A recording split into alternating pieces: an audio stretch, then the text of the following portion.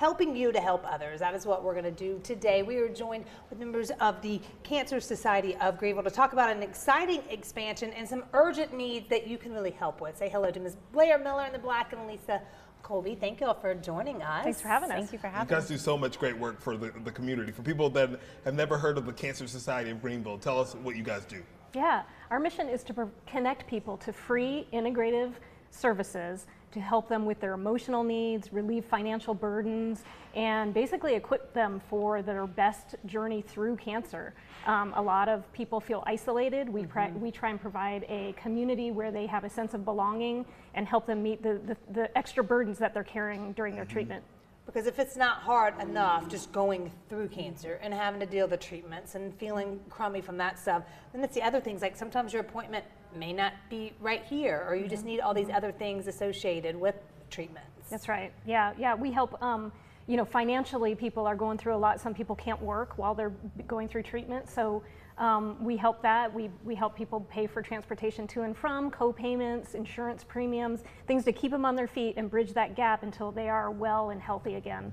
On top of that, we provide a lot of mental health support as well, counseling services, individual one-on-one therapy or group supports. A lot of people want to come and talk to other people that are going through what they're going through, and I think that can be really, really healing for them. Because a lot of times we don't think about how with cancer, every family has a cancer story of some type.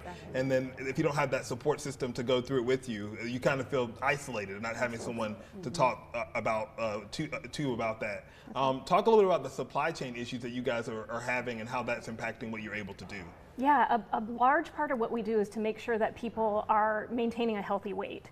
And nutrition is expensive, the kind of nutrition that is easily digested and that you can do when you're feeling so sick and maybe nauseous. Ensure, Boost, those kinds of things. And the distributors are having a really hard time since the fall, like October, November timeframe. We've not been able to keep our nutrition on our shelves. Oh, wow. And people rely on that. They come and pick up sometimes 3 cases that last them 2 months. And now we've had to kind of cut that back and give people a little bit less because we just can't get it on our shelves.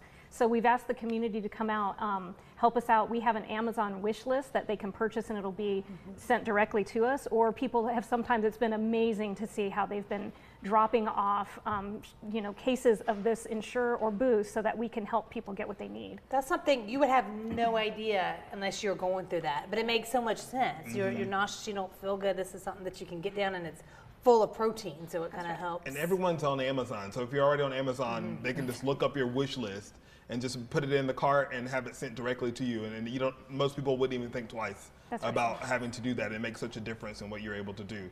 So you guys are also doing a capital campaign where people can do some other types of donations to you? Absolutely. So we are embarking on a capital campaign with the population growth, with people moving to Greenville, and just with increased need for resources. We have found that our current facility really needs some uplifting.